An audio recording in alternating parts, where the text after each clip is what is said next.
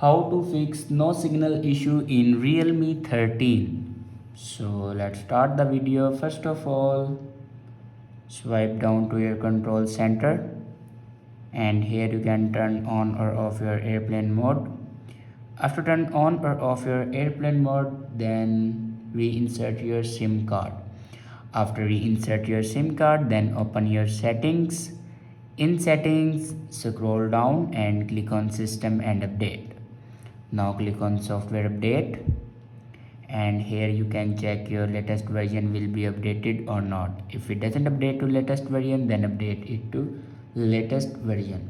After update a latest version, then go back and click on backup and reset, and click on reset phone.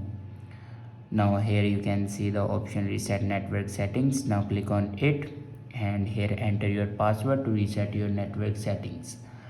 After reset the network settings, then go back to your home screen and restart your device. For restart your device, press and hold power button and then swipe up to restart your device.